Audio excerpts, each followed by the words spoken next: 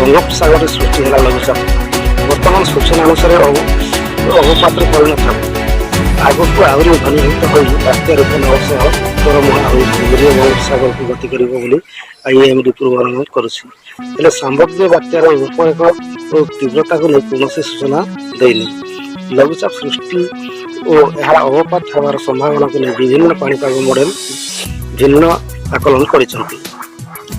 IMD GFS model ଅନୁସାରେ 8 ତାରିଖରେ ଏହା ଅବପାତ ରୂପ ନେବ, କିନ୍ତୁ NCEP GFS ମଡେଲ ମୁତାବକ ଏହା 9ରେ ଅବପାତ ହେବ। ACMWF ଅନୁସାରେ ଅବପାତ ହେବା ବେଳକୁ 11 ତାରିଖ ହୋଇଯିବ। ତେବେ ଅଧିକାଂଶ ମଡେଲ ଅନୁସାରେ ମିଆଁମାରରେ ବାତ୍ୟା ମୋଚା ଲ୍ୟାଣ୍ଡଫଲ୍ କରିବ। ଓଡ଼ିଶା ଏବଂ ପଶ୍ଚିମବଙ୍ଗ ଉପକୂଳ ଏଥିରୁ ବର୍ତ୍ତିଯିବ ବୋଲି ପାଣିପାଗ ବିଶେଷଜ୍ଞମାନେ ଆକଳନ କରିଛନ୍ତି।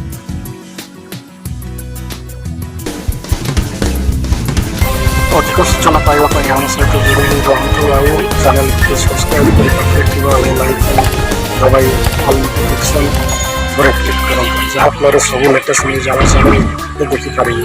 Bureau report BN news.